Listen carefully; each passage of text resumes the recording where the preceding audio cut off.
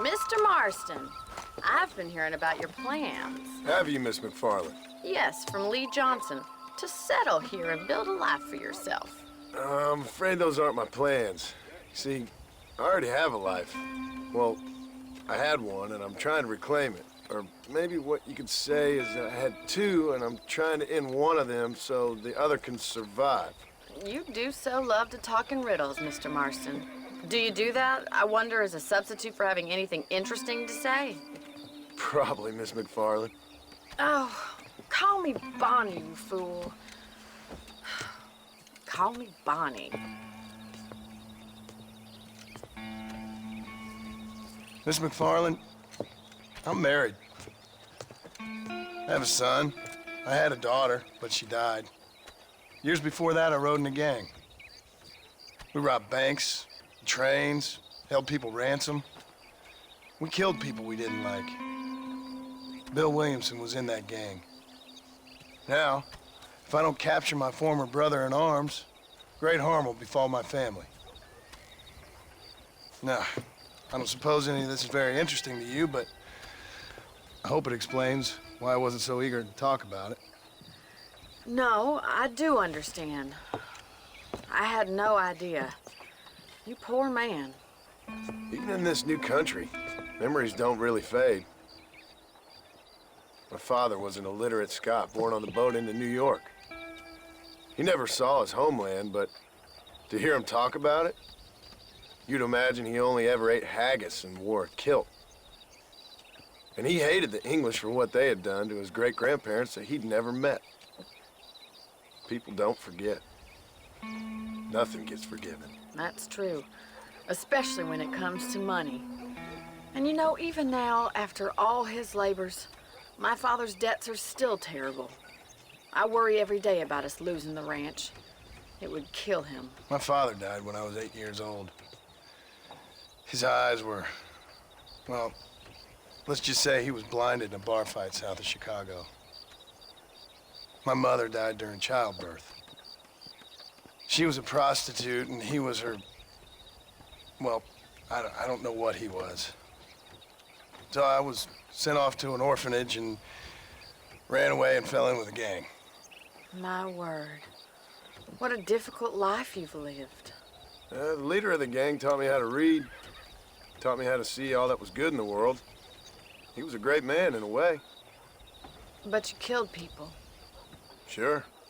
And I've suffered for it. And that's the life I left, or tried to leave. Said too much, Bonnie. I'm an uneducated killer, sent here to do all I can do well. Kill a man in cold blood so that another man may do his part to cut crime in an area, and a rich man can be elected governor on the back of these promises. Civilization is a truly beautiful thing, Mr. Marston. Listen, can you help me? Well, I can try. What do you need, money? No, nothing so complicated. I need an extra hand to take out the herd to pasture. Sure. Point me in the right direction.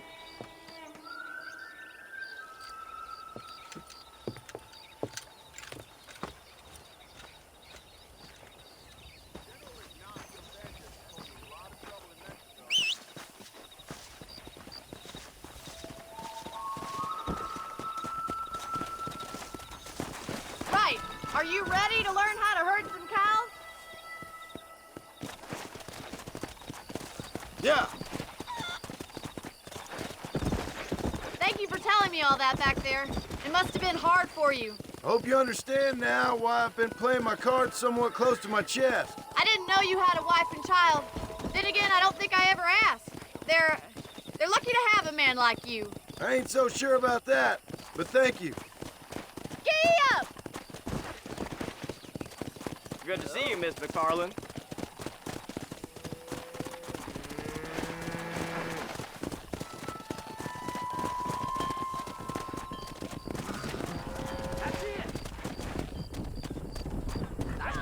Let's go. He's got it! Herd the cows down the road! Pretend you know what you're doing! Come on, you dumb heifer. senor. Come on.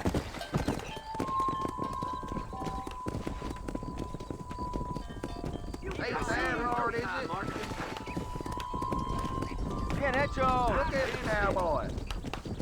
Come on. Get right at them! Drive them this way!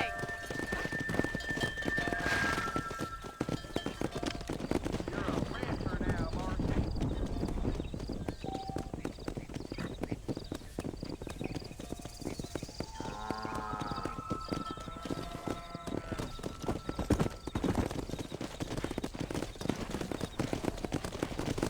Come on.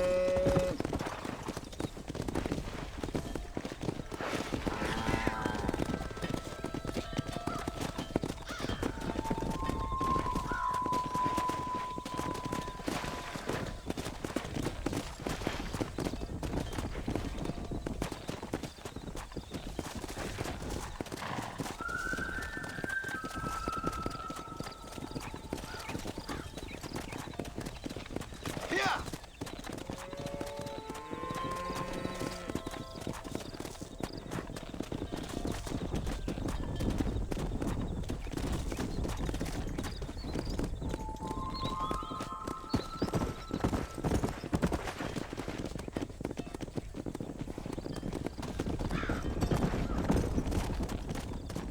Come on.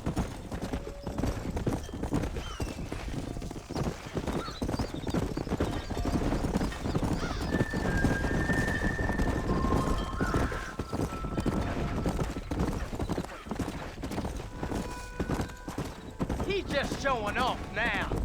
All right, let's move this large herd out to the far pasture.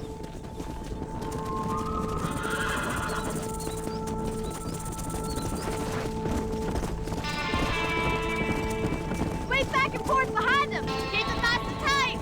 Really down, Mr. Slow it Marston. down. Keep that herd together now. Watch what Keep it's going, Mr. Marston! Keep it Barney's moving! gonna love this. Nail it down! Keep them tight now. Whoa.